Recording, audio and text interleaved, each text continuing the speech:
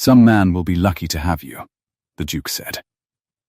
The roses hung full-blown and heavy in the summer heat, and a bee worked the lavender at the path's edge, and Rosalind Carew heard her own pulse louder than either. She had spent the better part of a fortnight rehearsing prudence, the small, safe answers a young woman gave to a man who held her future in his keeping. She let all of it go in a single breath. "I was rather hoping for you," she said. The gravel under his boots went still.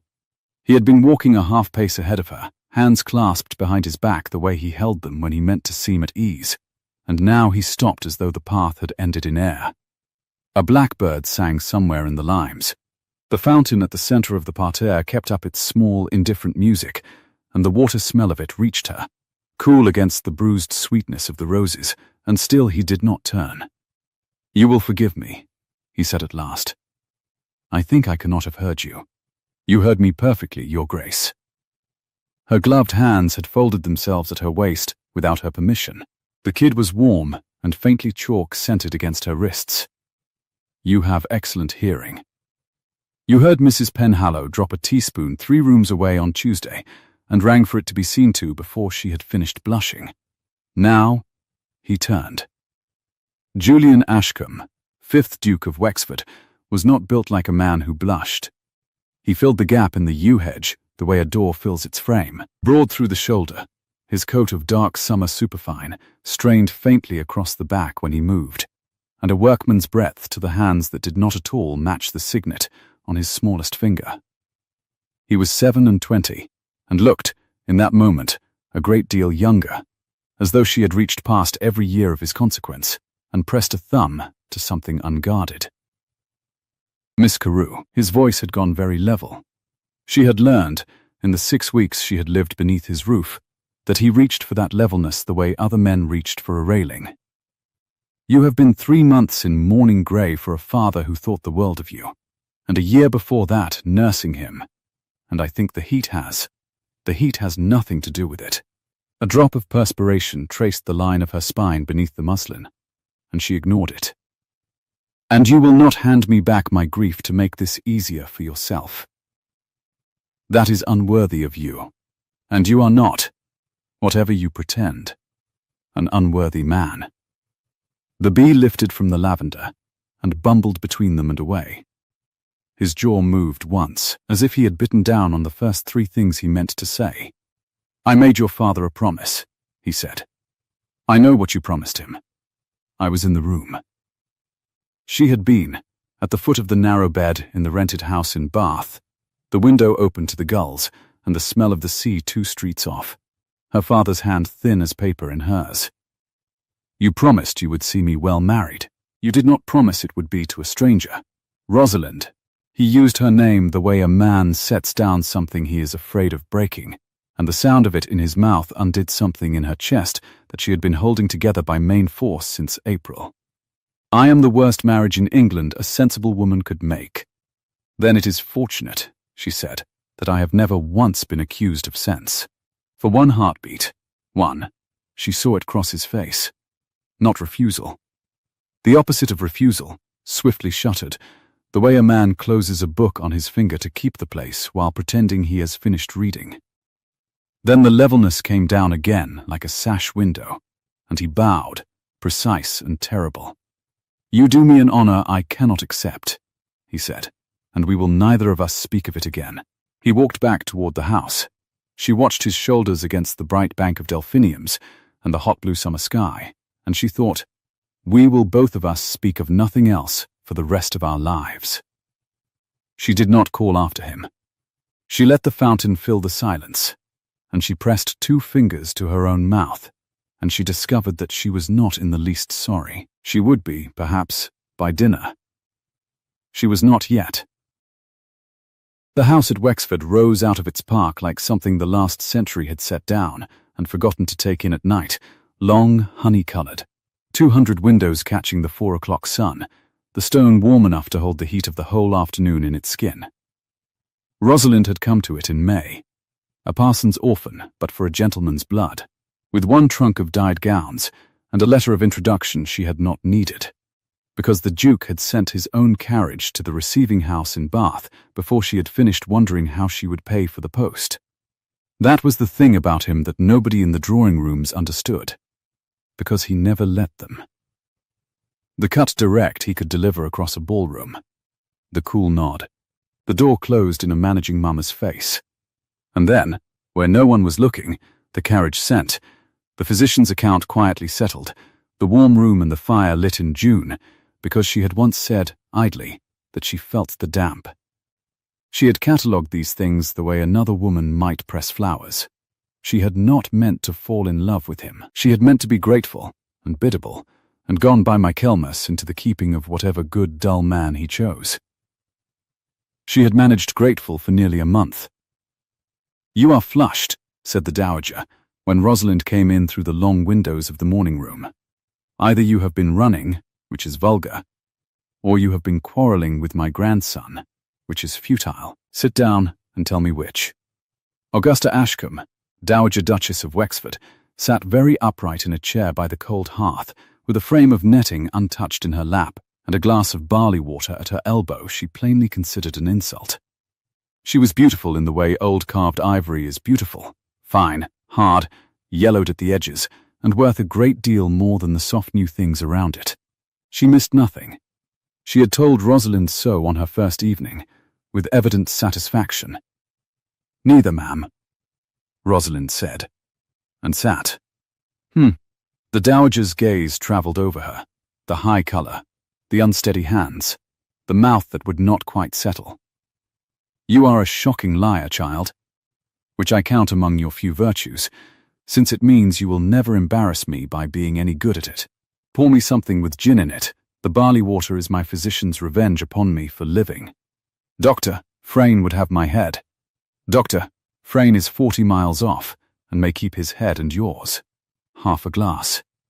Rosalind crossed to the side table, glad of the errand, glad of anything that turned her back to the room, while her face composed itself. The decanter stopper came free with a small glass shriek.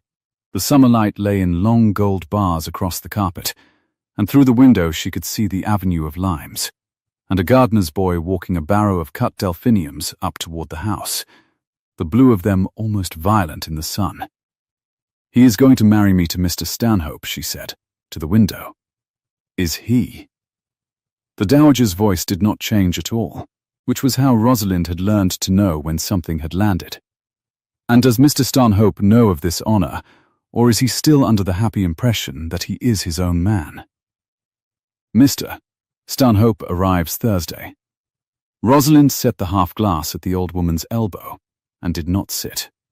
"He has 4,000 a year, and a property in Hampshire, and a mother who is said to be agreeable. And he is, by every account, a thoroughly good man." "He is a thoroughly good blancmange," said the dowager. "I have met him. He has the conversational range of a well-bred turnip, and he will worship you, which you will find, within the 12-month, considerably worse than being struck." She lifted the glass, considered it, drank, and what, pray, does my grandson imagine he is doing? Handing you across the table to a turnip like the salt? Rosalind opened her mouth to give the safe answer. "Honouring my father. Doing his duty. Seeing me well." It was on her tongue, smooth and finished and false. "He is being a coward," she said instead, and her own voice surprised her, low and quite steady. "He is the bravest coward I have ever met, ma'am, and I have just told him so to his face in the Rose Walk, and I think I have ruined everything, and I would not take it back if you put me on the road tonight." The dowager set down her glass. For a long moment the only sound in the room was the fountain through the open window and, far off, the chime of the stable clock striking the half-hour. The old woman's eyes, they were the Duke's eyes, grey and direct, the inheritance unmistakable, went over Rosalind's face with the unhurried attention of a jeweller deciding whether a stone was paste. "Sit down," she said. "Not there. Here, where I can see you." Rosalind sat. "My grandson," said the dowager, "was 8 years old when his father gambled away the better part of this estate's good name, and a parcel of its land besides, and 11 when the rest of the family's troubles fell on him entire, and he has spent every year since paying for the privilege of a name he did not choose. He has restored the land. He has restored the name. He has done it by being, in public, precisely as cold as the world expected a Wexford to be. Because the one time that a Wexford was seen to feel something openly, it cost this family everything it had. She paused. Do you understand me, child? He learned, very young, that the safest thing a man of his blood can do is to want nothing where anyone can see him want it. The clock finished striking. Somewhere below, a door opened and closed. That is the saddest thing I have ever heard, Rosalind said. It is not in the least sad, it is extremely effective. He is the most respected man in 3 counties, and he sleeps perfectly well, I am sure. Every night of his life, alone. The dowager's hand moved on the arm of the chair. Once, a small involuntary thing, smoothing nothing. And now a penniless girl with her father not 3 months gone has stood in my rose walk and told him she would rather have him than 4,000 a year, and he has bowed and walked away. Because that is the only thing a lifetime of caution has left him able to do. She looked up. You have not ruined everything, Miss Carew. You have done something far more dangerous. You have given him a thing to refuse. He will refuse it beautifully, and it will keep him awake, which barley water has signally failed to do. Rosalind found she could not speak. Thursday, the dowager said, picking up her netting at last, you will be charming to Mr. Stanhope, because there is no profit in cruelty to a turnip, and because nothing in this world will unsettle my grandson faster than the sight of you behaving exactly as he has ordered. A thread slid through her fingers. I have not been so entertained since the year the river flooded the bishop's library. Go and dress. You have grass on your hem, and a look on your face that wants attending to before dinner.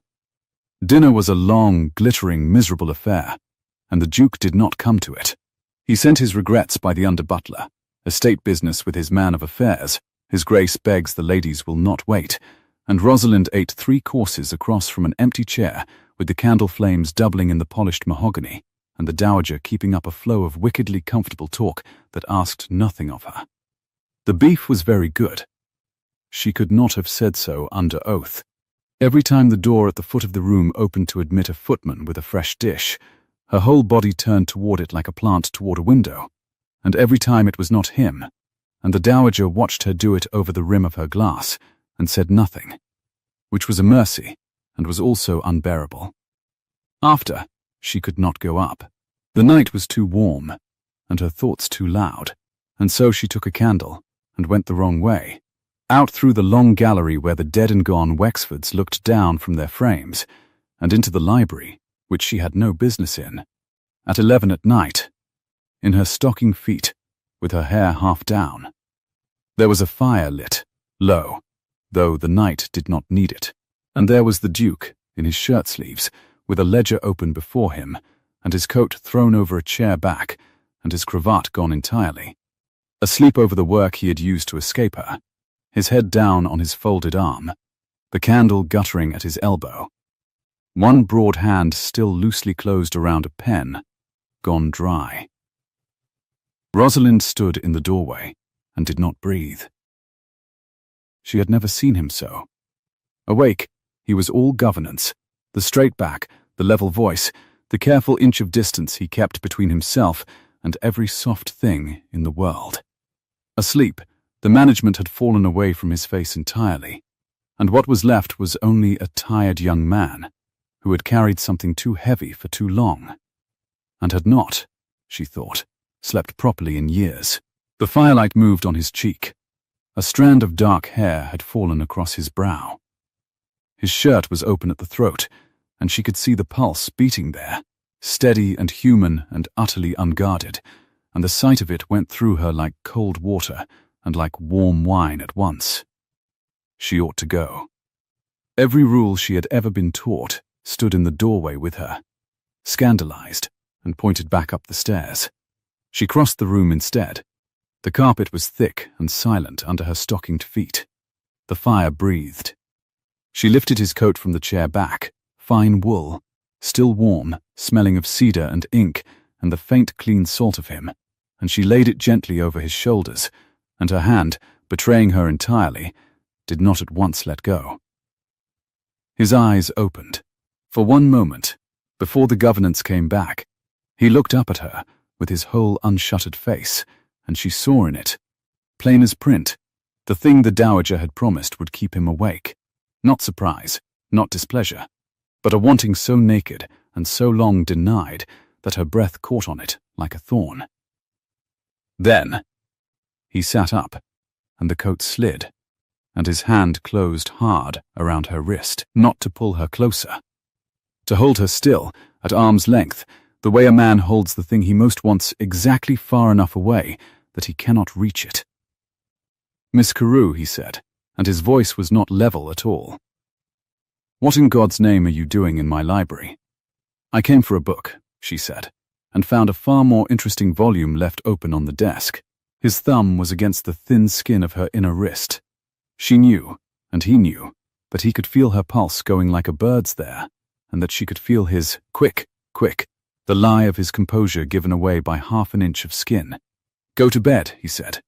"Tell me to," she said. "As though you mean it. And I will go this instant and never speak of any of it again. I will be charming to Mr. Stanhope on Thursday. I will marry him in the autumn, and you may give me away yourself, and I will never once look at you across a room in a way that anyone could read. I will do it, Julian. I am not a child, and I do not throw myself at things. Only tell me to go, and mean it, and it is done."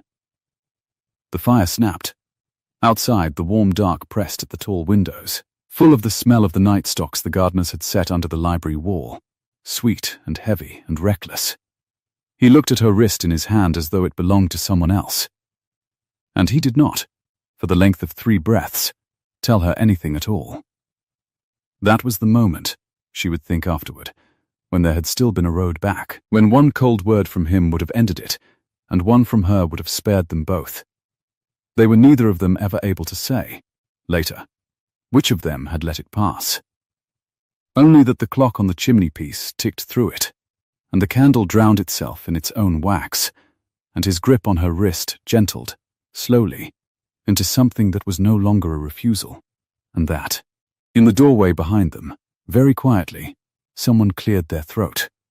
The throat clearing came a second time, and it was not a servant's. Julian's hand opened around her wrist as though the skin of it had turned to a live coal, and Rosalind stepped back into the cool air between them, and they both turned toward the door at once, like children caught at the jam. A woman stood in the doorway, with a branch of candles held a little before her, so that the light fell up across her face and made of it something carved and golden and entirely composed. She was perhaps 45 and beautiful, the way a frost is beautiful, a long, elegant throat, dark hair barely silvered, a travelling cloak of deep plum still about her shoulders, and the dust of the road on its hem. She looked at the open ledger, and the thrown coat, and the bare throat of the Duke of Wexford, and the parson's orphan in her stocking feet with her hair down her back, and she smiled with great kindness, and no warmth at all. "Julian," she said, "how charmingly you keep your library. I had thought to find it empty at this hour. One lives and learns." "Aunt!" He was on his feet. The levelness had come back into him so fast and so completely that Rosalind felt the loss of the other man like a draught. He reached for his coat and put it on with no haste whatever, which was somehow worse than haste. "I did not look for you before Thursday. No, that was rather the point of coming Wednesday." She drifted into the room, and the candle flames leaned. The roads were dry, and Stanhope's mother is a tedious traveller, so I outran them by a day to see how the land lay before the formalities begin. I am glad I did. Her gaze came to rest on Rosalind, and stayed, and grew minutely warmer, which was the most frightening thing it had done yet. "You will present me, I think, to the young lady." "Lady Ottoline Crewe," the Duke said, "my father's sister. Aunt, Miss Carew, who is under my protection until her marriage, under your protection." Lady Otterline let the words sit in the warm air a moment, turning them, finding them amusing. How nobly you put things, Julian. You always did. Miss Carew, you have a very pretty color. The summer suits you. Or something does. Lady Otterline. Rosalind sank into the curtsy, and was grateful that 22 years of being poor and watched had taught her to make her hands behave even when the rest of her wished to run. Forgive me. I came down for a book and stayed too late over it. Of course you did. Books are such an absorbing temptation, and one so easily forgets the hour. The frost smiled. And your shoes, I dare say, in all the excitement of the plot. There was nothing to answer to that. The fire snapped in the grate. Somewhere far off in the sleeping house a clock tolled the 3/4, and Rosalind stood in the small hot silence and felt the whole shape of her future tilt and begin, very gently, to slide. It is late, the Duke said, and Miss Carew is tired. Aunt, the green rooms are made up. They are always made up. And I will have Mrs. Penhallow roused to see you settled. Do not trouble the good woman. I know my way about this house better than you do, child. I was born in the East Wing. Lady Otterline turned her candle toward the door, and at the threshold she paused, as the truly skilled always pause, on the line that is meant to be remembered. Miss Carew, walk up with me. 2 women abroad at midnight are a chaperonage. One is a paragraph. You would not wish to give the servants a paragraph. It was not an invitation. Rosalind looked once at the Duke, and he did not look at her. He looked at the fire, his jaw set, a man holding a railing in a sea, and she understood that he could not help her here without making it worse, and that he knew it, and that the knowing was its own punishment. Good night, Your Grace, she said. Good night, Miss Carew. A beat. The book, he added, you may keep. She went out after his aunt with the candle, making their 2 shadows long and thin up the great dim stair, and she did not trust herself to wonder what he had meant. The stair was cold under her stocking feet after the warm carpet of the library, the old oak treads worn into hollows by 2 centuries of Wexford comings and goings, and the long windows on the half landing stood open to the night, so that the smell of the night stocks came up from the library wall below, sweet and shameless. Lady Otterline climbed without hurry, one ringed hand on the banister, and did not speak until they had turned the corner out of any possible hearing. You are not a fool, she said then, pleasantly, to the dark ahead of her. I can see that you are not, which is a relief, because I have no patience to spare for fools and a very great deal of affection to spend on a sensible girl who can be brought to see her own interest. So I shall be plain with you, as one sensible creature to another, and we need never have this conversation again. I should like that, ma'am, Rosalind said. Plainness. Good. They reached the landing, and Lady Otterline turned, and the candle light pooled gold in the hollow of her throat. My nephew is the most respected man in 3 counties, and the loneliest. Do you know why he is respected, Miss Carew? Because within my own memory this family was a byword. His father, my own brother, God assoil him, sat at green tables until the land cried out, and laughed in ballrooms while the duns sat in his hall, and let the whole county watch him feel every passion a man can feel, openly, like a dog in the street. It took Julian 17 years to make the name clean again. 17 years of being cold where his father was warm, of wanting nothing where his father wanted everything. She paused. And you propose to undo it in a single summer. I propose nothing, ma'am. You propose with every breath you draw in his direction. I watched you for 30 seconds, and I have the whole of it. The voice did not rise. It never rose. That was the horror of it.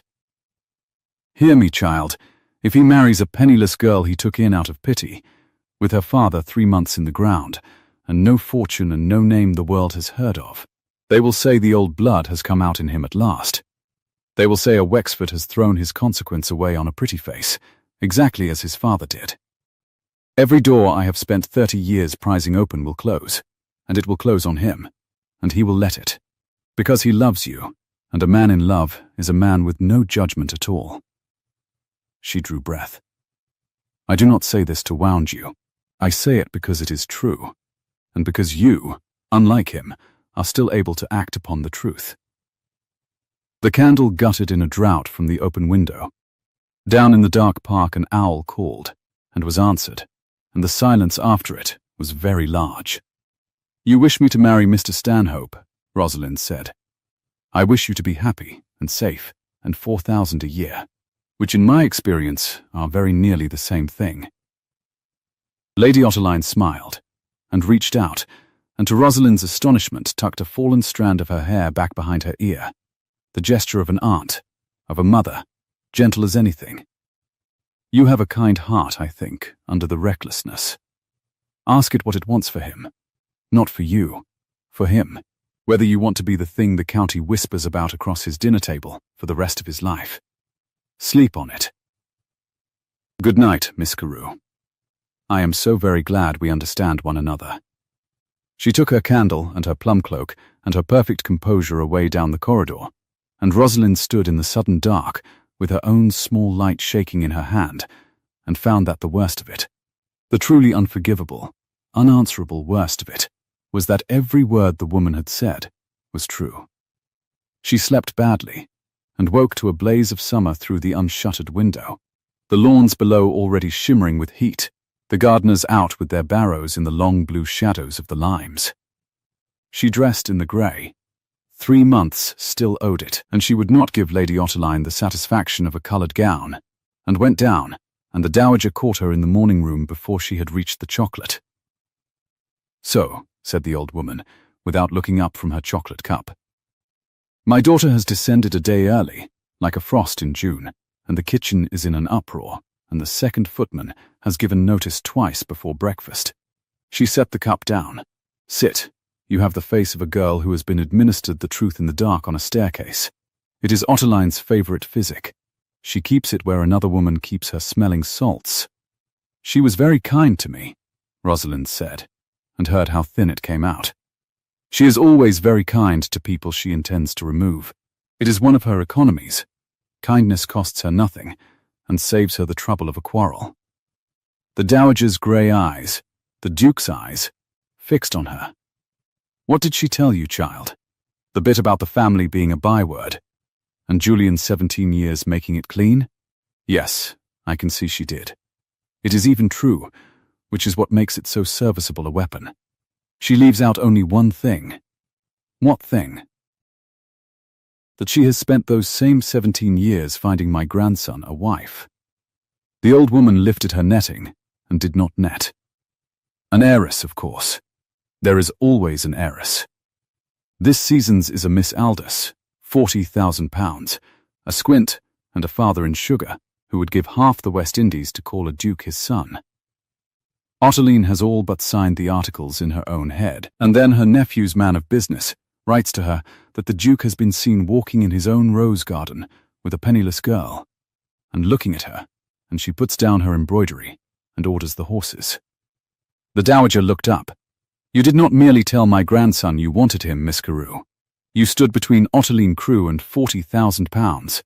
She would have been gentler with you if you had set fire to the muniment room.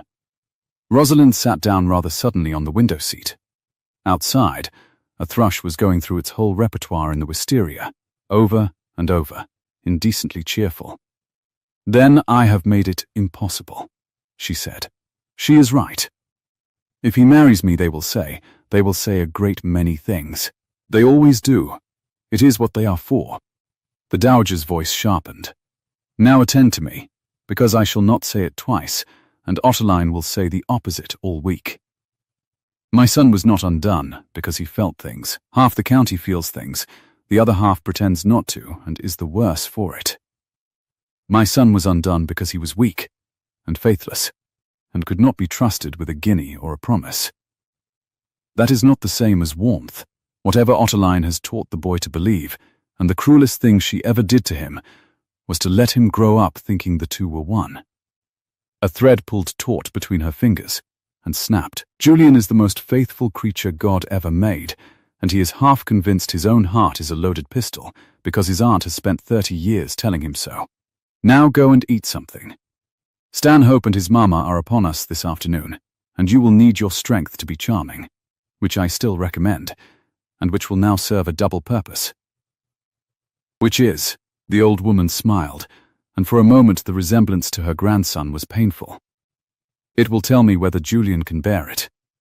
Watching you be charming to a turnip. I have a small wager with myself. Go, Mr. Stanhope and his mother arrived at 4, in a barouche with a great deal of luggage and a small pink dog, and Rosalind, watching from the morning room window, understood within 10 seconds of his handing his mamma down that the dowager had been precisely just to him. He was perhaps 30, fair, pleasant-faced, beautifully made by his tailor and his maker both, and he looked up at the great honey-coloured front of Wexford with the open, unguarded admiration of a man who has never once in his life been laughed at and does not know that it can be done. There, murmured the dowager at her shoulder. Is he not exactly a blankmange? One almost wishes to put a spoon in him. Hush, ma'am, the window is open. He cannot hear me. He is too busy counting the chimneys. He has got to 19, and is very happy. Rosalind pressed 2 fingers hard to her own mouth to stop it, and went down to be presented. He was, she found, impossible to dislike, which was its own kind of cruelty. Mr. Stanhope shook her hand warmly, and said he had heard a great deal of her, all of it good, and he hoped she was fond of riding, because the country hereabouts was famous for it, and he was sorry, very sorry, for her recent loss, and said so simply and without performance, so that she liked him for it, and hated the whole arrangement more. His mother was a small upholstered woman, who approved of everything, and said so continuously.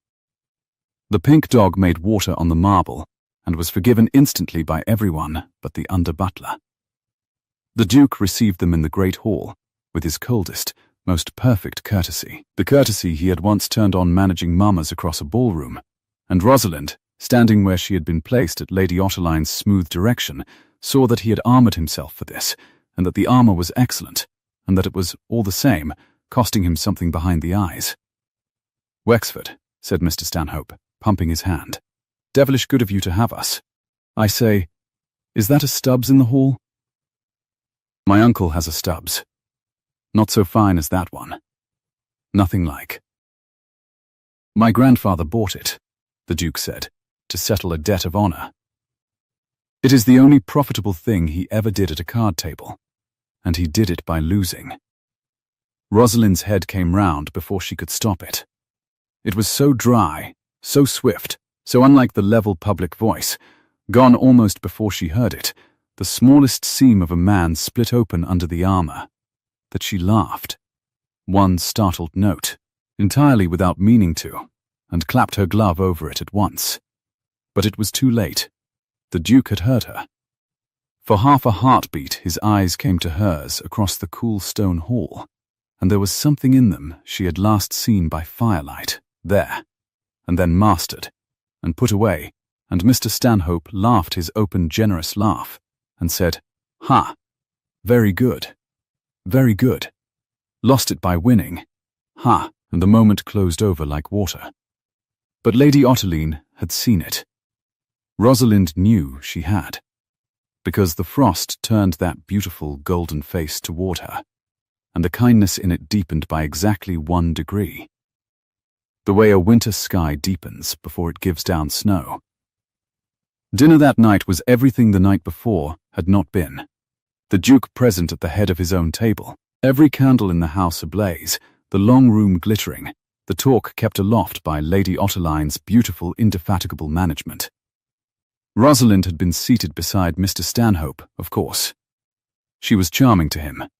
She asked him about Hampshire and his horses, and his agreeable mother, and the small pink dog, whose name was Cleopatra, and he answered all of it with such pleasure that she could have wept, and she did not once look down the table to where the Duke sat carving and saying little, except that she felt every inch of the knot looking like a wire drawn tight between her shoulder blades. You are kind to take such an interest, Miss Carew, Mr. Stanhope said, glowing. I had been warned that town misses found the country dull. You do not find it dull, I think. I find very little dull, sir, if I am honest. It is one of my failings. I cannot think it a failing." He smiled at her. "I think a man might do a great deal worse than a wife who is never bored. He might do a great deal worse altogether than, well," he coloured, and applied himself to his fish. And Rosalind became aware that the conversation at her own end of the table had been steered, gently, by an aunt's invisible hand, toward exactly this declaration, and that the whole bright room had been arranged around the slow public engineering of her future, and that the Duke at the head of it had handed her the salt and the fish and the wine and his own silence, course after course, and meant to go on handing them to her down the length of all the years to come. She set down her fork. The candle flames swam. "You must forgive me," she said. The heat, and the dowager, magnificent, took it up at once with a complaint about the climate of the dining room that her late husband had built wrong out of spite, and the moment passed, and no one but 2 old women and 1 young one knew that anything had broken in it at all. It was after the gentleman rejoined them, in the long drawing room with the windows thrown open to the warm, scented dark, that Rosalind heard the thing she was not meant to hear. She had gone to the far casement for air, half hidden by the fall of a curtain, while at the pianoforte, Mr. Stanhope's mother coaxed a sentimental air out of the keys, and Cleopatra slept in a satin heap. And on the terrace just below the open window, 2 voices had stopped to take the cool, the Duke's, low and clipped, and his aunt's, smooth as cream. "Cannot pretend not to understand me, Julian. I have eyes. The girl is charming, and you are not made of stone, whatever the county believes. I ask only what you mean to do about it. I mean to see her well married, as I promised her father, with a settlement of £8,000. Lady Otterline's voice did not change. "Yes, Stanhope's man let it fall to mine this afternoon, doubtless thinking I knew. £8,000, Julian, on a girl with not 8 shillings of her own, settled quietly, out of your own purse, with her name kept off the deed, so that the world will think it her father's portion. A handsome price." A pause, and Rosalind's blood went to water in her veins.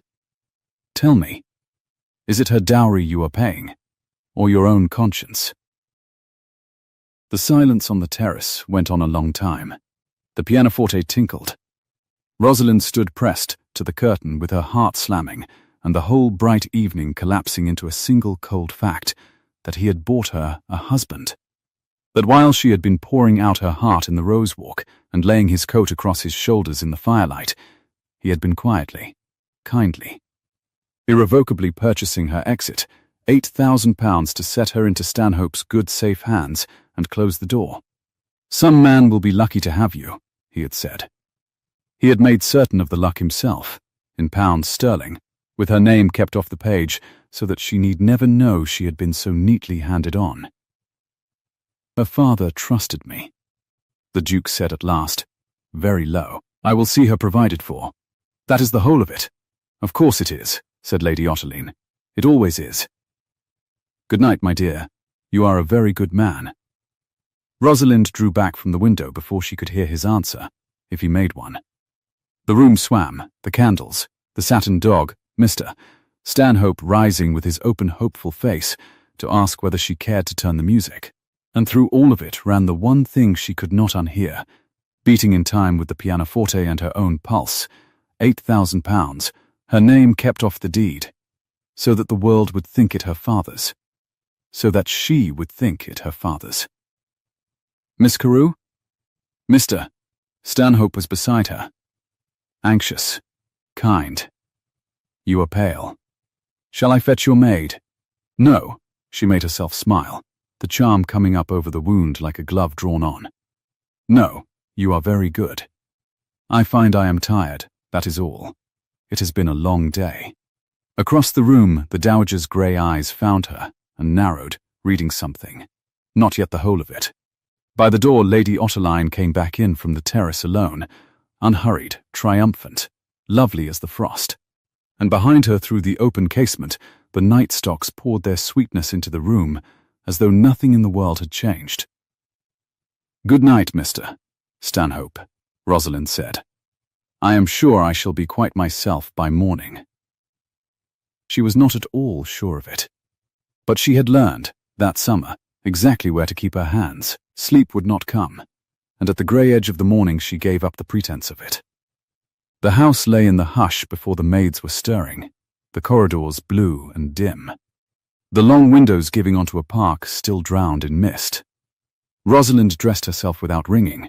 She had dressed herself for 22 years, and saw no cause to wake a girl to fasten what her own fingers knew, and went down by the cold back stairs in her stocking feet with her shoes in her hand, because she had remembered, lying awake through the short summer night, the one fact about the Duke of Wexford that the whole household took for granted and never named, that he rode out before any other soul was up.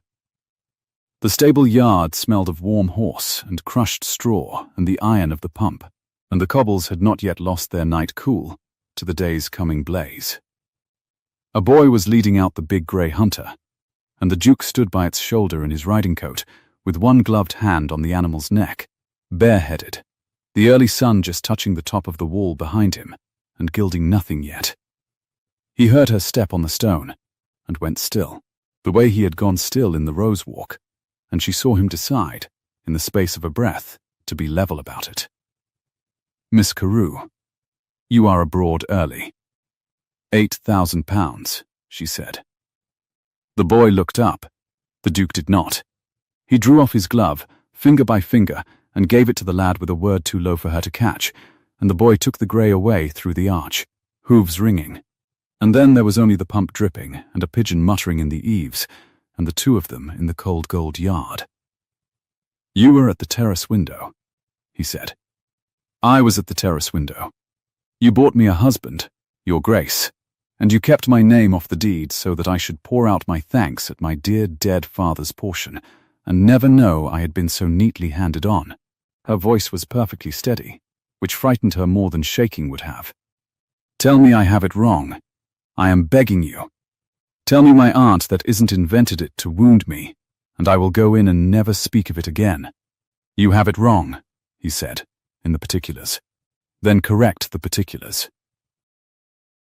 "It is not a price." He took a step toward her and stopped, as though the cobbles between them were the arm's length he had held her at in the library. "Your father had £8,000 and lost the most of it to a bad partner in a shipping venture the year before his health broke.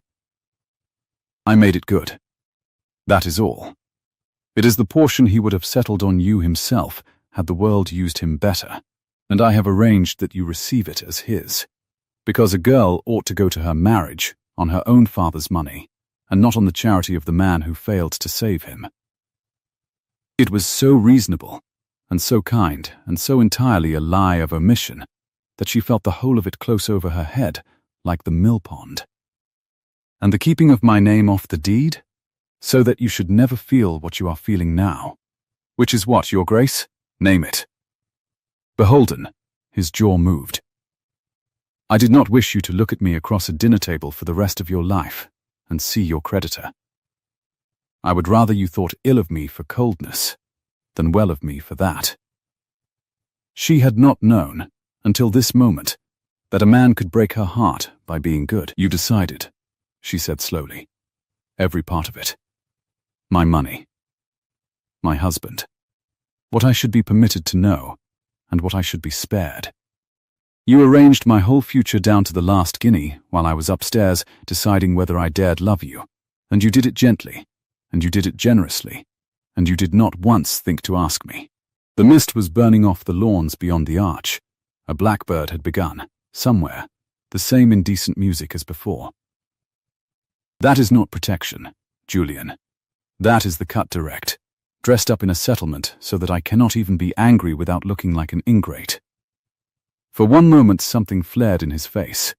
The firelit man, the one whose pulse she had felt going like a bird's against her thumb, and she thought he would say it.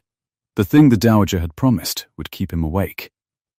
Then he reached for the level voice, and found it, and it was the worst thing he had ever done to her. "You will be very happy with Mr. Stanhope," he said. "Yes," she answered. "I expect I shall. He, at least, would never dream of arranging my life without consulting me. He has not the imagination. She put on her shoes there in the yard, one and then the other, balancing with a hand against the cold wall, while he stood and watched her do it and did not offer his arm. I came down to give you the chance to deny it. You have declined the chance very handsomely. Good night, Your Grace. Good morning. I find I never know which, with you. She walked back across the cobbles with her spine straight and her hands quite still, and behind her she heard him say her name once. Lo. Rosalind.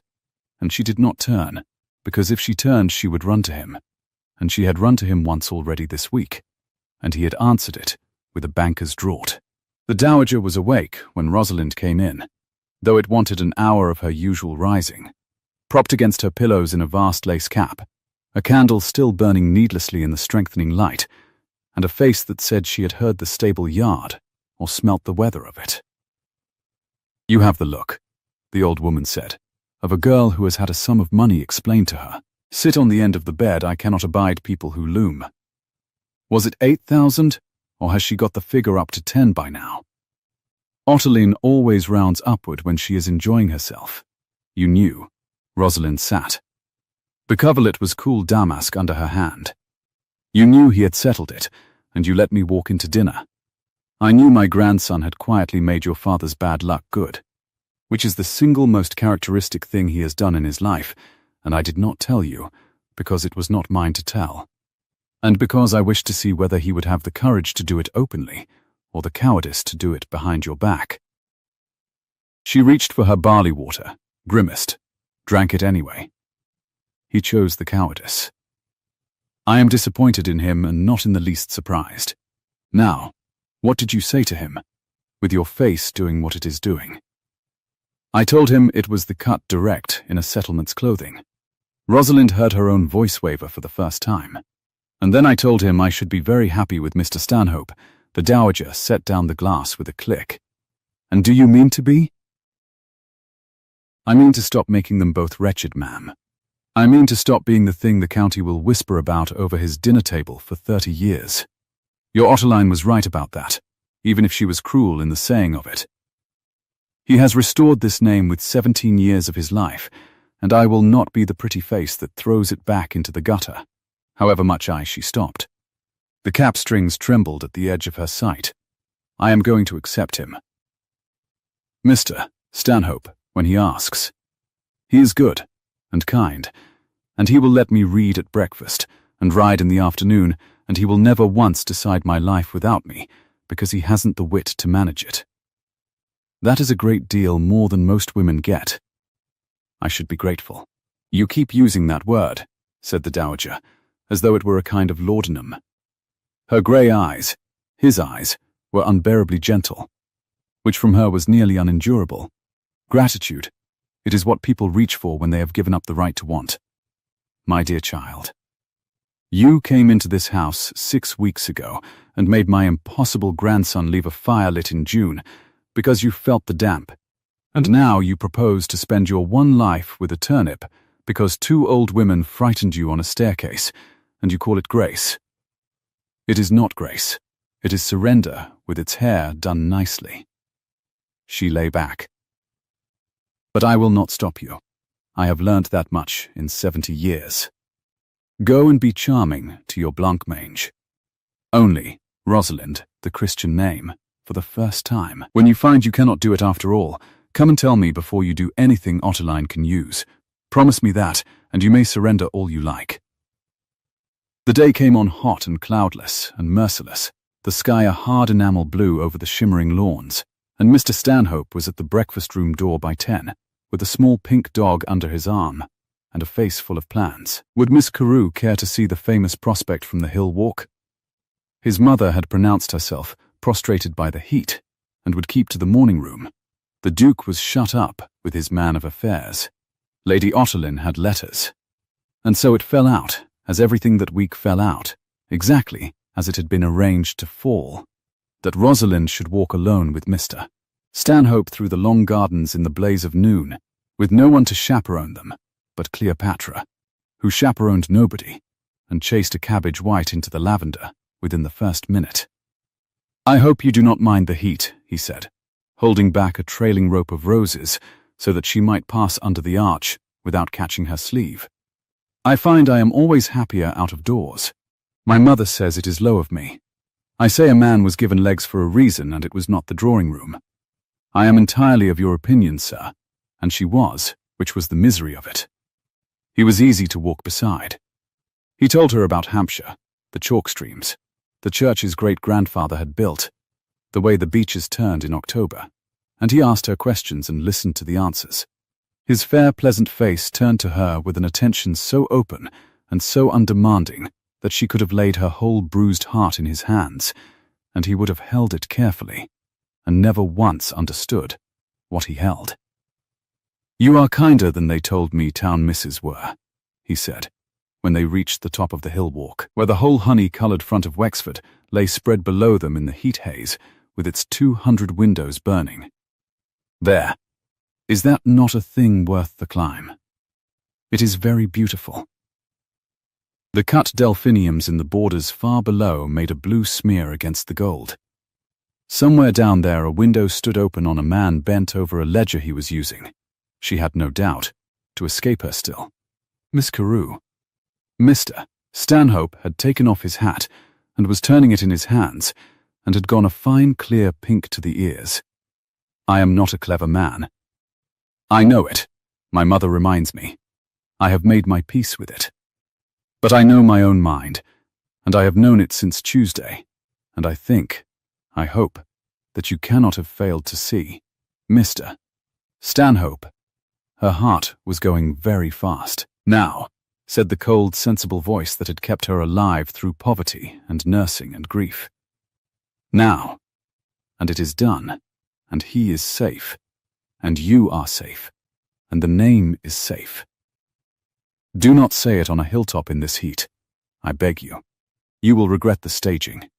Ask me somewhere with a chair." He laughed, his open, generous, grateful laugh, and put his hat back on. "There," he said, delighted, "you see. You are clever enough for both of us. A chair, of course. This evening, then, I shall ask you this evening, very properly, and you may have a chair and your colour and your fan, and I shall not bungle it." He offered his arm, and she took it, and they went down the hill together into the heat, and she had bought herself, with one light clever sentence, exactly 9 hours. She did not get to keep the 9 hours undisturbed. Lady Otterline found her at 4, in the cool of the long gallery, where Rosalind had gone to be alone with the dead, and gone Wexfords, and could not even have that, because the older woman came drifting down the line of frames, in a gown of pale dove-grey silk, morning's near cousin, chosen. Rosalind understood at once, as a quiet rebuke to her own 3 months of honest black, with a folded letter in her ringed hand and the kind, terrible warmth already lit behind her eyes. "There you are. I have been hoping to catch you private. Walk with me. These are my family. I may abuse them to you freely. That one gamed away a Hampshire living. That one married an actress, and was forgiven because she was rich. We are not, whatever the world now believes, a respectable house. We are merely a house that has learned to look respectable, which is a far rarer and more valuable thing." She stopped before the portrait of a cold-faced man in the last rain's dress. "Julian's father. My brother.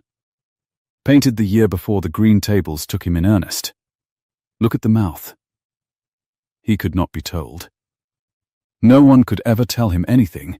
He felt too much and listened to nothing, and he brought 400 years down about our ears in a single decade of feeling things openly. She turned. "I am told you walked out with Mr. Stanhope this morning." "I did, ma'am, and found him agreeable. Very agreeable. I am so glad." Lady Otterline tapped the folded letter against her gloved palm, once, twice, and Rosalind's eye went to it before she could stop herself, and the older woman saw it go, and smiled. "You are wondering what I hold. I shall tell you. I have no taste for mysteries. They are vulgar. It is from my correspondent in town, and it concerns a Miss Aldous. £40,000. A father in the sugar trade who would pave Wexford's Avenue in guineas to call my nephew his son. And an understanding, not yet articles, but very near it, that Julian himself authorized me to pursue last spring, before a certain penniless young woman came down from Bath and made him forget that a duke marries for his house and not his heart. She unfolded the letter, unhurried, and held it where Rosalind could see the close-looped hand, but not quite read it. Her people come north in September. Julian knows. He agreed to receive her. He has not withdrawn his agreement, my dear. For all the lit fires and the rose walks, he has not written one line to withdraw it. And do you know why? Because in the part of him that governs, the part that has kept this family afloat for 17 years, he knows exactly what he must do, and he is only waiting, like the good man he is, until you are safely settled where your settlement has settled you, to do it. The gallery was very still. Outside, the heat lay on the park like a hand. Rosalind looked at the letter, and at the kind, cruel, beautiful face above it, and felt the last of her own certainty go out of her like water out of a cracked jug. "Why are you telling me this?" she said. "If it is all arranged, why trouble to tell me at all?" "Because I do not enjoy cruelty, whatever you imagine, and it would be cruel to let you go on hoping. You are going to accept Mr. Stanhope tonight." It was not a question. "I know it. The Dowager knows it. You have as good as told the man so on a hilltop. And I wished only that you should do it with your eyes open, knowing that in choosing him you are not losing Julian. Because Julian was never, in any world that has bankers and articles and a House of Lords in it, yours to lose. You are merely freeing him to do the thing he had already decided upon, before he ever met you." There, she refolded the letter and slid it into her reticule. "Now it is said, and you may be happy, and I shall write to my correspondent that the way is clear. You have a kind heart, Miss Carew. I told you so on the stair. Spend it on a man who can keep it." She drifted away down the gallery, her grey silk whispering on the old boards, and Rosalind stood beneath the cold mouth of the painted man who could not be told, and discovered that the worst pain was not the heiress, nor the 40,000, nor even the September. It was the one word the woman had let fall like a glove, authorized. He had set his aunt to find him a fortune to marry, with his own consent, in the spring, and had never written the single line that would call her off. Whatever passed in the rose walk, whatever passed by the fire, he had left the other door standing open the whole time. She went to find him. She told herself she was not going to find him. She told herself she was going to the library only for the book he had said she might keep, the book that had been the flimsy reason for everything, and her feet carried her along the hot corridors with the sun pouring through the tall windows and the dust hanging gold in it, and she opened the library door without knocking, and he was there. Of course, he was there, standing at the long window with a paper in his hand and his back to the room, and he turned, and for one unguarded instant his whole face opened to her before the governance came down. "Is it true," she said, "that you set your aunt to find you an heiress last spring, and that you have never written to stop her?" He did not pretend not to understand. She would give him that. Always, he never once pretended not to understand. "It is true that I authorized the acquaintance. It is true that I have not formally withdrawn it. In the spring. Before you, and you have lain awake every night this week, by the Dowager's account and my own eyes, and not found 9 minutes in any of them to write 4 lines to a sugar merchant's lawyer to say the Duke regrets he is no longer in the market." She came toward him across the long room, and the heat of the day stood in it like water, and the smell of the night stocks below the window was beginning, even in the afternoon, to climb the wall. "Why, Julian? You who arrange everything, my money, my husband, my whole life to the last guinea, why have you left that one door standing open?" "Because a man should keep his options against his own folly," he said, and the level voice cracked across the middle of it like ice on a pond. "Because I do not trust myself, in this room, with you, to make a single decision that is not the ruin of everything 4 generations bled for. Because if I write that letter, I have nothing left between me and the thing I want but my own honor, and my own honor, Rosalind, has been the only reliable servant I have ever kept. His hand had closed white-knuckled on the window frame. I left the door open because I am a coward, exactly as you told me in the Rose Walk. You see, I am consistent. Then close it now. She was an arm's length from him. She could see the pulse in his bare throat, the same pulse, going hard. Write the letter now, this minute, in front of me, and I will not marry Mr. Stanhope, and we will face the whole county together and let them whisper themselves hoarse. Or do not write it, leave it open, and I will go down tonight and accept a good kind man who deserves better than a woman who is in love with you. And you may marry your 40,000 in September, and we will both of us be exactly as respectable and exactly as alone as your aunt requires. Those are the 2 doors, Julian. I am done being walked between them like the salt. Choose one. In front of me. Now. The clock on the chimney-piece ticked. The sun blazed in the tall window. He looked at her with his whole face, wanting, terror, 17 years of caution, and 1 summer of fire, all at war behind his eyes, and his hand came up from the window frame, and for the length of 1 breath she thought he would reach for her, and she thought he would reach for the pen. He reached for neither. I cannot ask you to share what I am, he said. I am not the bargain you think me. Marry Stanhope. Be happy. Let me give you that one thing without ruining it, since it is the only thing I have ever been able to give anyone. You have not given it to me, she said. You have taken it from me, and handed me a substitute, and called it a gift. And because she would not, in this room, let him see her break, because she had learned that summer exactly where to keep her hands, she dropped him the smallest, most perfect curtsy of her life, the curtsy of a parson's orphan to the 5th Duke of Wexford, and walked out, and left him standing in the heat with the door behind her standing open, since he was so very fond of open doors. She accepted Mr. Stanhope at 9:30 that evening, in the small saloon, in a chair, with her colour and her fan exactly as promised. He did it beautifully. The poor good man, he had clearly rehearsed it, and he stumbled over none of it.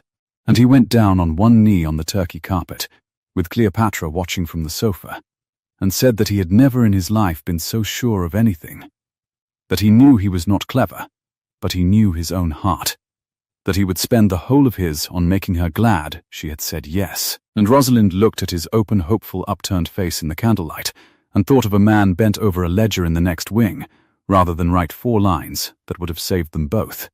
And she put her hand into Mr. Stanhope's warm one, and said, "Yes. Thank you.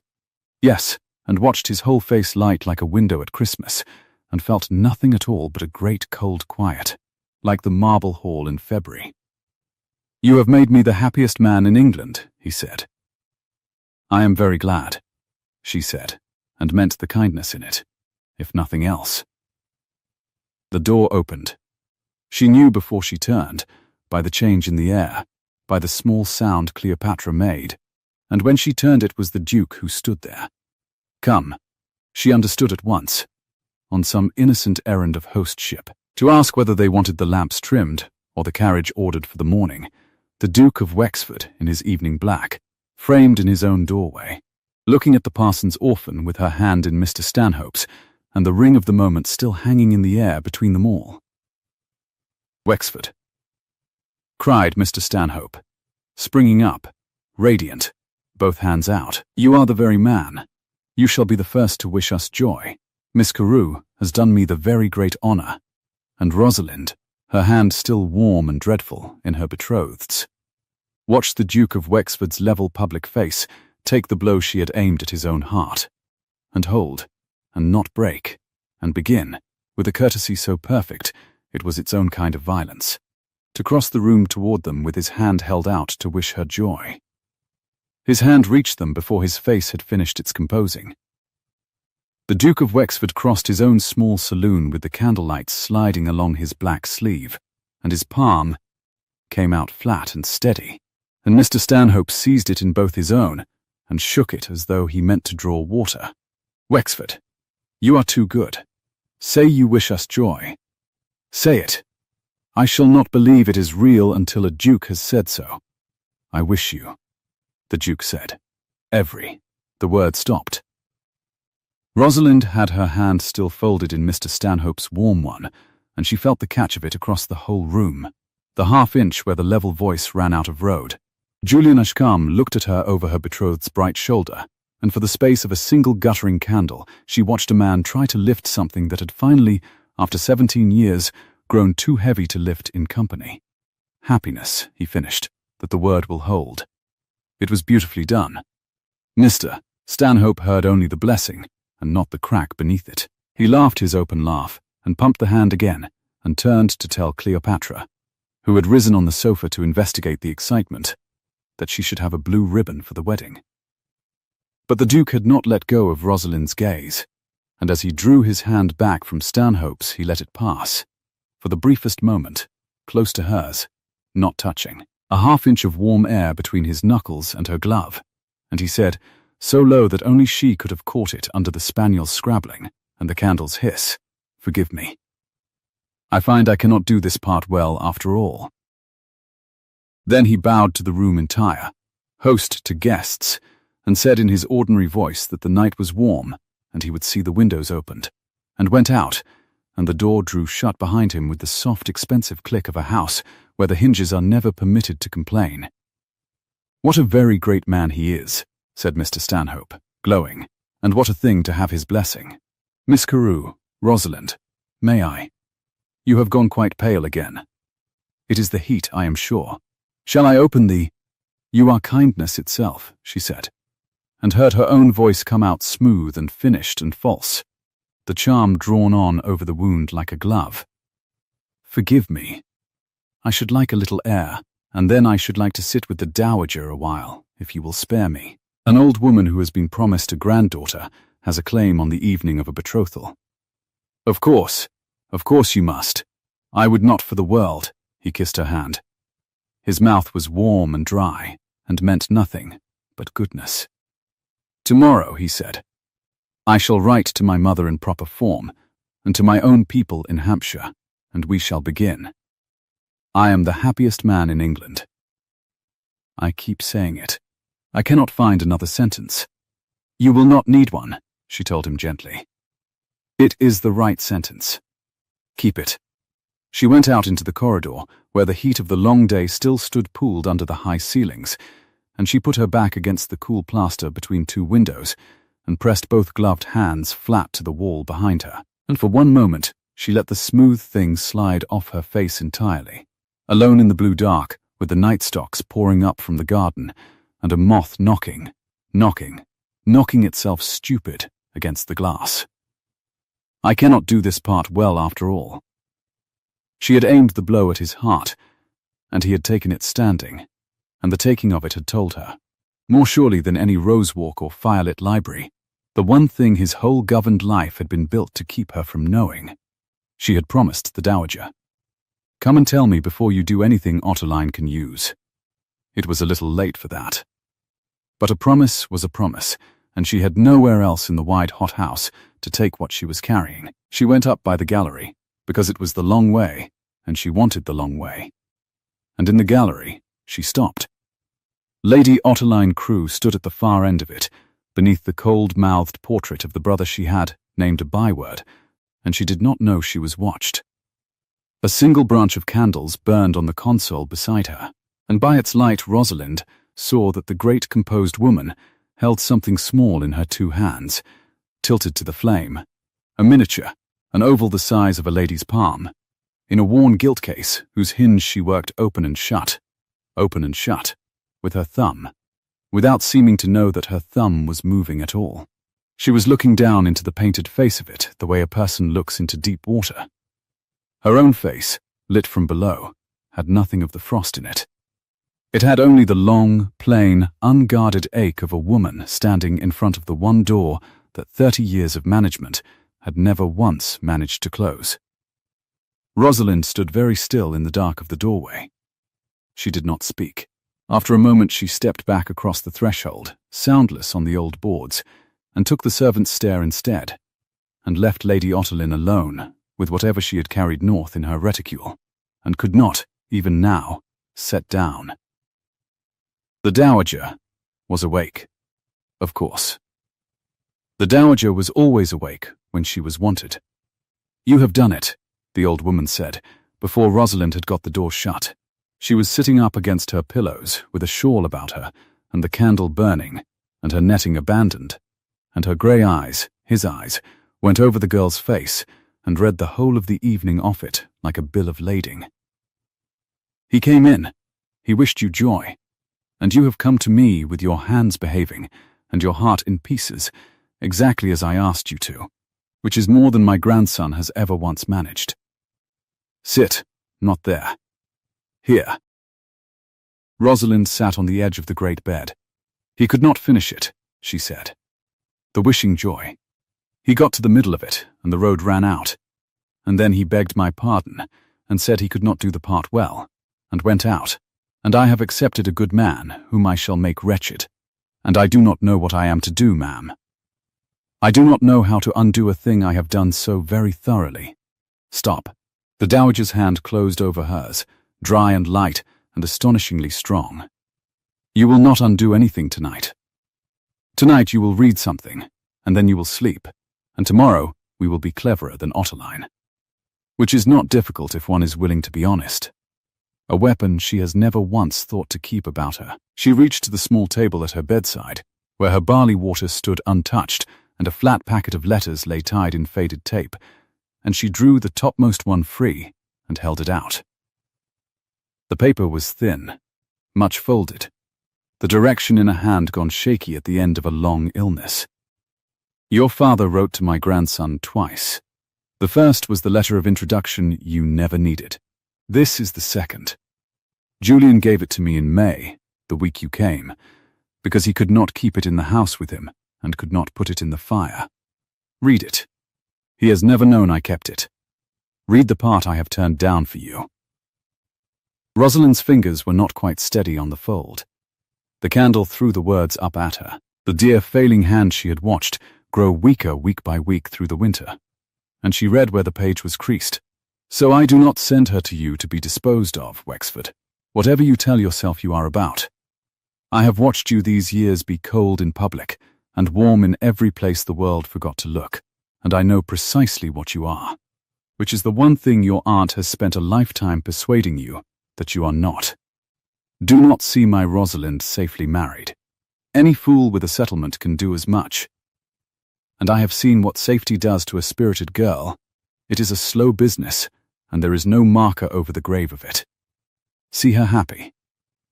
And if you cannot find the man worthy of her, look nearer than you think to look, and ask yourself whether the failure is in her, or in your own determination not to be seen wanting anything that the county might one day talk about over its dinner. You owe me one honest answer to that question. I am calling it in now. While I still can." The letter shook in her hand. Below, very faint, the stable clock told the hour into the warm dark, and a nightjar chirred once in the limes, and went silent. "He has had this since May," Rosalind whispered. "Since before I came down the steps of his carriage. Look nearer than you think to look. My father all but put my hand in his. Your father," said the Dowager, "was a great deal cleverer than a parson's living gave him room to be, and he knew my grandson for what he was after one afternoon's acquaintance, which is more than Ottoline has troubled to know in 30 years of raising him." The old woman folded the girl's fingers back over the page. "Julian did not lie to you, child. He never lies. It is one of his few inconveniences. He told you he made your father a promise. He simply chose, every day since May, to keep the easy half of it, and to call that honor. See her well married. Those were never your father's words. They were Julian's, put into your father's mouth, because they were the only half of the promise he had the courage to keep." She lay back against the lace. "Now you have the truth in your two hands. The question is no longer what he feels. We have all of us known that since the Rose Walk. But whether he can be made to choose it in front of the county, his aunt, and his own 400 years, before you marry a turnip out of a misplaced sense of grace.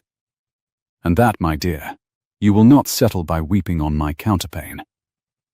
Keep the letter, sleep, and in the morning be braver than he is, which you have already proved twice this week that you are.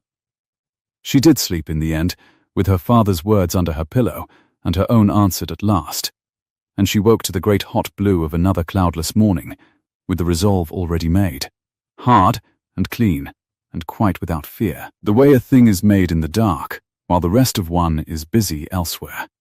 She did not reach the Duke. Lady Otterline reached her first. The older woman was waiting in the small breakfast parlour, where Rosalind took her chocolate, seated very upright in the morning light, with the frost back in its place, and not a trace upon her of the woman who had stood in the gallery, turning a gilt hinge open and shut. A folded sheet lay beneath her ringed hand on the cloth. Her dove-grey silk was immaculate.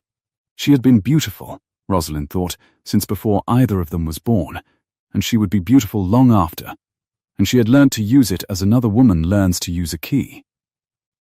"Sit," said Lady Otterline pleasantly. "Pour yourself something. You have the look of a girl who has been reading her correspondence in the small hours, which is a habit I should break you of, were we to be longer acquainted. But we are not, so I shall merely observe it. I have been to the village this morning already. The post goes south at noon.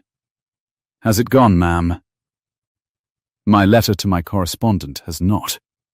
She turned the folded sheet a quarter turn beneath her hand, the way a card player squares a trick.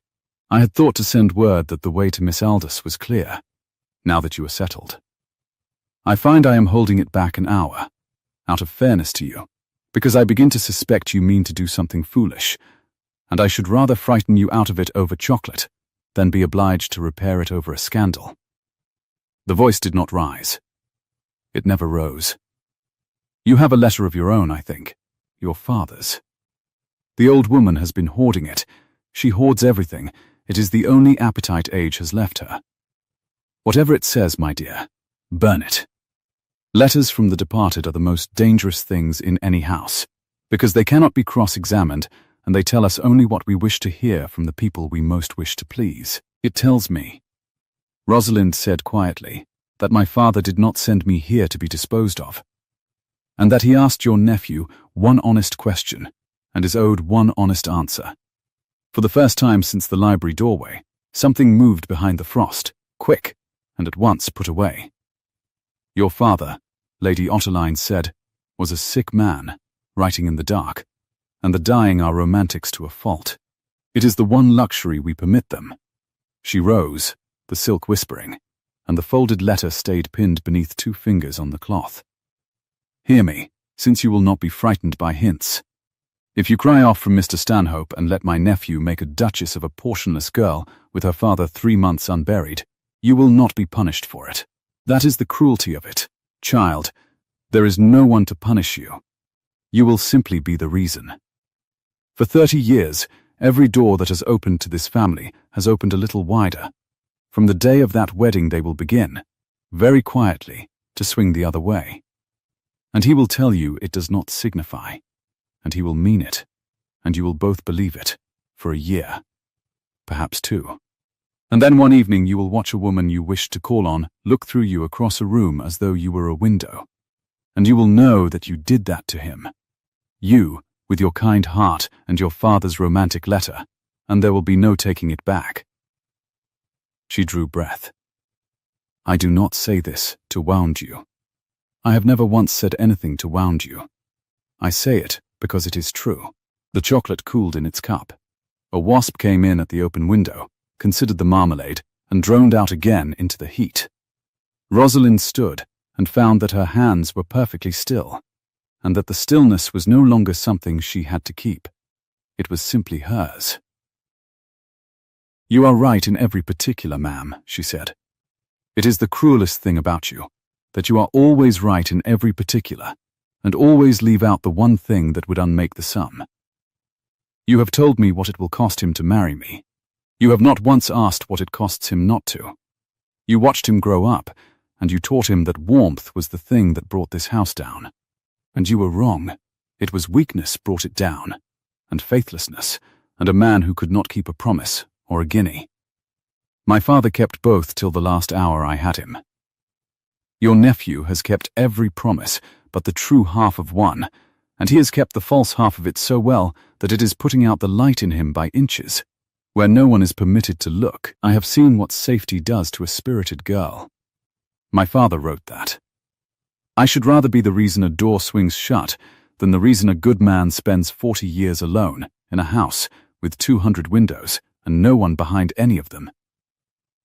Lady Ottoline looked at her for a long moment in the hot clear light. Then she gathered her grey silk about her with the unhurried dignity of the genuinely defeated, who never let it show in the room where it is dealt. You are not a fool, she said. I told you so on the stair. I find I am sorrier for it now than I was then. And she went out, and the folded letter went with her, unsent and unsurrendered. And Rosalind understood that the woman had retreated to think, and that thinking, in Lady Ottoline Crewe, was the most dangerous and the most hopeful thing she did. The Duke was in the library. He was always, when the world pressed, in the library. She had learned that much of him in 6 weeks, as one learns the habits of a tide. He turned from the long window when she came in, and he had a paper in his hand, and she saw that he had not slept either. The same blue shadow beneath the eyes, the cravat already loosened, though it wanted hours of evening, the broad workman's hand not quite steady on the page. The heat stood in the room like water. Below the open casement the night stocks had not finished their reckless climb, and the smell of them came up sweet and shameless into the morning, out of all season with the bright sober light. You should not be here, he said. You are promised to another man as of last night, and I am the last person in England you ought. My father did not tell you to see me well married, she said. The paper went still in his hand. He told you to see me happy. She crossed the room, no longer keeping any arm's length, and she drew the thin, much-folded letter from her sleeve and held it up between them where the window light fell through it and showed the dear failing hand. He told you to look nearer than you thought to look. He asked you one honest question and said he was calling it in. You have had this since May, Julian, since before I came down the steps of your carriage in the rain. You have carried the true half of his promise about with you for 6 weeks and answered it every single day with the false half, and called the false half honor, and let me believe you were giving me to a stranger out of duty when my own father had as good as given me to you out of love. Her voice did not break. She would not let it. I am not asking what you feel. I am long past that. I am asking the question my father asked, and I am calling it in, as he could not. Is the failure in me, Julian, or in your determination not to be seen wanting anything the county might talk about over its dinner? The clock on the chimney-piece ticked through a silence that seemed to have no flaw to it. And then the Duke of Wexford set down his paper and put both his hands over his face, and when he took them away the level voice was gone. Gone entirely. Not mastered, not put by, simply gone. And what was left was the firelit man, the one whose pulse she had felt going like a bird's against her thumb, unshuttered at last in the broad plain morning. The failure is in me, he said. It has always been in me. Your father knew it in an afternoon, and I have spent 6 weeks proving him right. I have wanted you since the 3rd day, when you told Mrs. Penhallow not to trouble about the fire and felt the damp anyway, and would not say so, and I lit it, and you knew that I had. And neither of us said one word, and I thought, there, that is a thing I may keep, a small warm thing the world will never see, and it will be enough. His hands had come down to grip the back of a chair, white-knuckled, the same grip with which he had once held her at arm's length. It was not enough. It has not been enough for 1 hour since. I told my aunt to find me a fortune to marry, because I could not be trusted, in this room, with what I felt, and I left the door open, because my own honor was the only servant I had ever found reliable, and last night I stood in my own saloon, and tried to wish you joy of another man, and discovered that there is a limit, after all, to what honor will do for me. I have reached it. I reached it at the word happiness. Then close the door, she said. You said you could not, in this room, with me, make a single decision that was not the ruin of everything. Make this one, in front of me. Now, he looked at her. And then he turned and took up the paper he had been holding when she came in, and she saw that it was not an estate paper at all. It was begun, 3 lines, in his own hand, to the offices of Messrs. Holloway and Reed, on behalf of the Wexford interest, and he dipped the pen and finished it standing, fast, the nib biting the page, and read it aloud to her as he wrote, because he had promised her, in this room, that he would do nothing again behind her back. The Duke of Wexford withdraws, finally and without reservation, from any understanding, expressed or implied, touching a match between his house and the family of Aldous. He regrets any inconvenience. He is no longer, and will never again be, in the market. He signed it. The wax he dropped himself, and pressed his signet into it with the heel of his hand. There, it goes south at noon, in front of you, by my own footman, and my aunt may follow it to town and unmake it if she can, but she cannot, because a duke's hand on the wax is the one thing in England even Ottoline Crewe cannot manage. He set it down between them on the desk, the seal still soft. It will cost me, Rosalind. Not the money. The estate has not needed the money these 5 years. I told my aunt I would receive the girl, because it was easier than telling her the truth, which is the whole shape of my cowardice in a sentence. It will cost me the county's good opinion, which I have bled for. It will cost me my aunt, who raised me, and who is not wholly wrong, and who will never forgive either of us. And it will cost me the only armor I have ever owned, for if I do this, every soul in 3 counties will know at last that a Wexford wanted something openly, and could not be cold about it, and there will be no taking that back. He came round the desk to her. I have counted the cost since May. I counted it again at 3 this morning. I find it is a price, and I find, God help me, your father saw it before I did, that I have wanted to pay it from the 3rd day. I love you. I have managed every other word in the language, and I cannot manage to keep that one in any longer. I love you, and I am asking, very late and very badly and entirely without a settlement to hide behind. Will you have me, who am the worst marriage in England, and the only one I want to make? The fountain sounded faintly through the open window.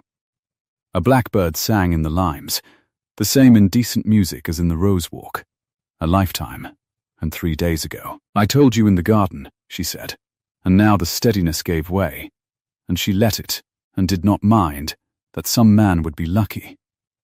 And you told me to be hoped for elsewhere. I was rather hoping for you. I am still rather hoping for you. I have done nothing else all summer. She put her 2 hands into his broad ones over the cooling wax. Yes, yes, Julian, 1,000 times, and never once a gift I did not choose. Yes. He drew her in then. At last, with no arm's length left in him anywhere, and bent his head, and the kiss was nothing like governance. It was the fire lit in June because she had felt the damp, and her hand found the warm pulse at his throat, going hard and quick and human, and at last entirely unhidden, and she thought, with the last clear corner of her mind before thinking stopped, there, that is the answer he owed my father. I shall write and tell him, and remembered, and pressed closer instead, into the living warmth of the man her father had chosen for her, without ever telling either of them, and let the unwritten letter go. There remained the cost, and they paid it that same day, because neither of them would do to Mr. Stanhope by silence what had so nearly been done to Rosalind. She told him herself, in the small saloon, in a chair, with her colour and without her fan. He heard her out with his fair, pleasant face going slowly still, the spaniel asleep on his knee, and when she had finished, he was quiet for a moment that cost her more than any reproach could have. I am not clever, he said at last. I told you so, but I am not such a fool as all that, Miss Carew. I saw his face when he tried to wish us joy. I told myself it was the heat. He looked down at the little dog and smoothed its ears. You would have been kind to me all my life, I think that is the worst of it. I think you would have been kind to me every single day, and I should never once have known you were being kind instead of glad, because I had not the wit to tell the difference." He stood and set Cleopatra gently on the cushion, and made her a bow with more dignity in it than she had thought the man contained. "I would rather be told the truth in a chair," he said, "than worshipped in a fog for 30 years. You did once say something of the kind to me yourself, did you not? On the matter of staging." A rueful flush. "I shall go home to Hampshire. My mother will be insufferable for a season, and then she will find me someone who is glad and not merely kind. And I shall have had the honour of being refused by the future Duchess of Wexford, which is more than most men in my county can say over their port." He took her hand and kissed it, warm and dry and meaning. "This time, goodbye, be happy, Miss Carew. He looks at you the way my father used to look at my mother. I always wanted that. I am only sorry I wanted it from you." "You are the best man I have refused all summer," she told him, and surprised them both into laughing, wetly, and it was the kindest sound the saloon had heard in a week. Lady Ottoline came to Rosalind that evening, in the gold guest room, of her own accord. She came without candles, in the last of the long summer dusk, and she stood in the doorway a moment as Rosalind rose from the window seat, and then she crossed the room and laid a folded paper on the writing table within Rosalind's reach, and stepped back from it as from something hot. "Read it," she said. "I have no taste for being taken on trust." Rosalind unfolded it. It was the letter to the town correspondent, the one that had not gone south at noon, and across the careful looped lines about Miss Aldous and £40,000, Lady Ottoline had drawn one diagonal stroke of the pen, and written beneath, in the same hand, "Disregard the whole. The matter is at an end. There will be no match but the one my nephew has made, and I will hear nothing said against the lady, by you or by any other, now or hereafter. Oh, see. You need not believe I have grown fond of you," Lady Ottoline said. Her voice was level, Rosalind heard, with a small shock, where the Duke had learned it. "I have not. I have grown something more useful, which is convinced. I watched him at dinner 2 nights running hand you the salt down the length of his own table and die of it by inches, and I told myself it was the price of the house. And I have told myself that particular lie for 30 years, about him and about others."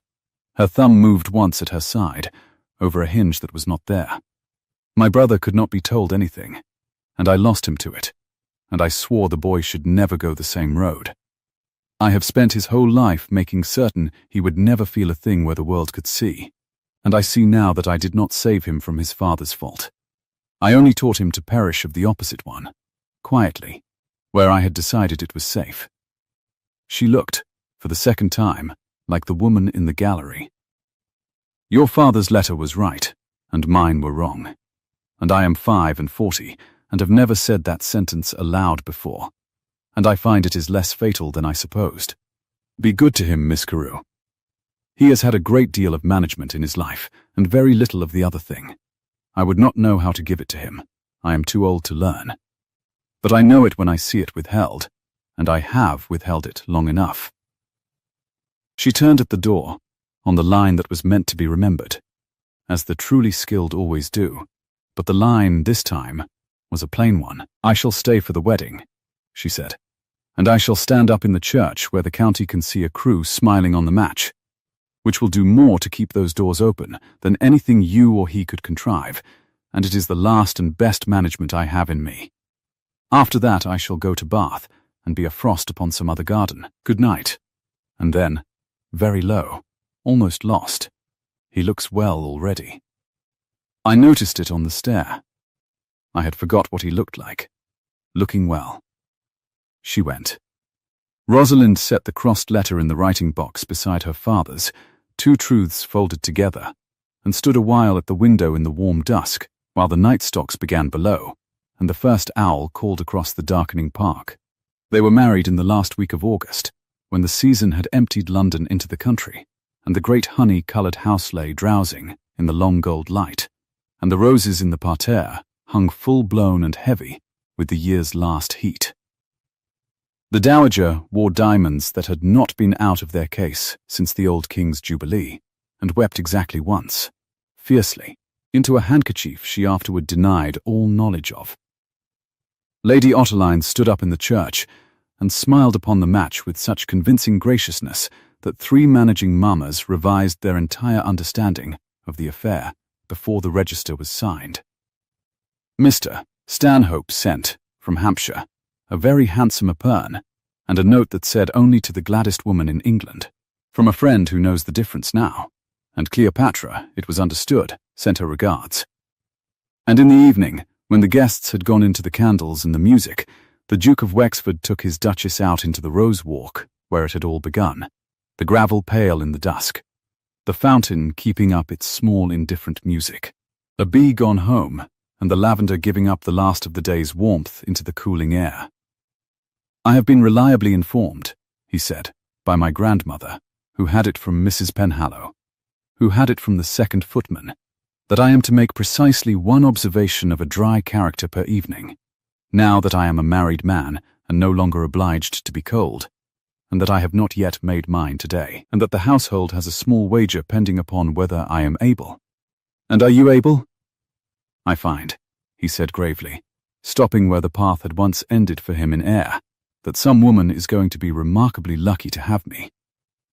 He turned and took both her hands, the signet warm now between their palms, the workman's breadth of him no longer braced against anything in the world.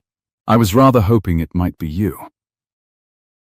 Rosalind laughed, the one startled note, then the whole of it, unclapped, unhidden, let go up into the summer dark where anyone in 3 counties might hear it and welcome, and she put her face against the warm open throat of her husband, where the pulse went steady and human and entirely seen, and the night stocks poured their reckless sweetness up the garden wall, and somewhere behind a lit window an old woman won her wager and said so, loudly, to no one. "You may tell the second footman," the new Duchess said, against his heart, that he has lost his bet, and that the Duke is hopeless, and that I would not have him 1 degree colder for all the open doors in England." The fountain sounded. A single rose let fall its weight of petals onto the warm stone, soft as a hand laid down. He kissed the top of her bright head, and they stood a long while in the place where the whole of it had started. 2 people who had each, at the last, chosen the door in front of them, and behind them, every window in the great house was lit, and behind every one of them, at last, there was someone home.